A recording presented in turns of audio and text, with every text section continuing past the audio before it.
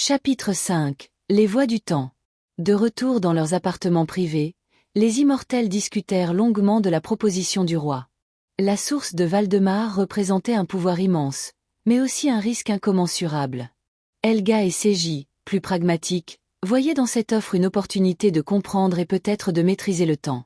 Björn et Grim, en revanche, très restaient méfiants, craignant que cette quête les pousse trop loin, même pour des êtres immortels. Leila, toujours calculatrice, pesait les avantages et les inconvénients avec une froideur clinique. Nous devons être prudents, avertit Leila. Le roi est ambitieux, mais l'ambition mène souvent à la folie. Nous ne pouvons pas nous permettre de devenir les instruments de sa chute. Ou peut-être que nous devrions prendre les choses en main, suggéra Helga. Utiliser cette énergie pour nos propres fins. Après tout, nous sommes aussi immortels que le temps lui-même.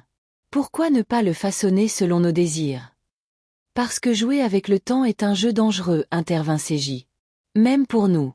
Chaque action que nous entreprendrons pourrait avoir des conséquences que nous ne pouvons prévoir.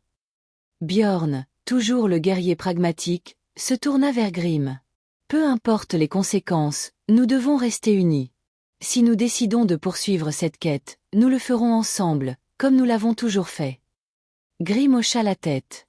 Oui, ensemble. Mais soyons prêts à affronter ce que nous découvrirons, car je crains que cela ne dépasse même notre compréhension. Leila acquiesça. Nous devons continuer à jouer le jeu du roi, mais avec prudence.